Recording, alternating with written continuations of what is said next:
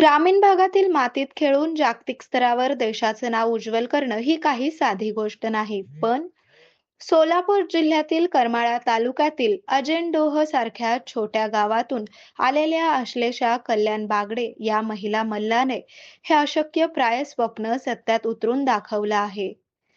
अंगाला कुस्तीची कोणतीही कौटुंबिक परंपरा नसताना निव्वळ स्वाभिमान आणि जिद्दीच्या जोरावर आश्लेषा आज महाराष्ट्राच्या कुस्ती क्षेत्रातील एक सुवर्ण नाव बनली आहे.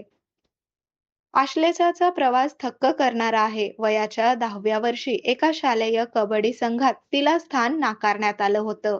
तो नकार तिला इतका जिव्हारी लागला की तिने मैदानावर स्वतःला सिद्ध करण्याचा ठाम निर्धार केला. याच जिद्दीतून ती कुस्तीच्या आखाड्यात उतरली. सुरुवातीला गावातील भैरवनाथ कारखान्यातील लाल मातीत तिने कुस्तीचे डावपेच शिकले.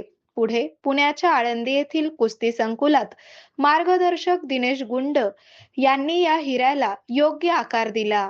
आश्लेषाने आजवर कुस्तीच्या मैदानात अनेक विक्रम प्रस्थापित केले असून महिला महाराष्ट्र केसरीच्या सलग 4 स्पर्धकांमध्ये सुवर्ण पदक जिंकून तिने आपले निर्विवाद वर्चस्व सिद्ध केले आहे. विशेष म्हणजे सोलापुरात निर्झरा केअर फाउंडेशनच्या वतीने नुकत्याच झालेल्या 4थ्या महाराष्ट्र केसरी स्पर्धेत सोलापूर जिल्ह्यातून पदक मिळवणारी ती एकमेव महिला खेळाडू ठरली.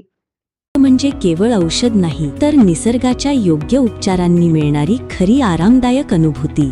सोलापूरमध्ये निसर्गोपचाराचं विश्वासाचं नाव लिमये निसर्गोपचार केंद्र. इथे उपलब्ध आहेत विना औषध उपचार पद्धती, ॲक्युप्रेशर, ॲक्युपंक्चर, कपिंग आणि मसाज थेरपी.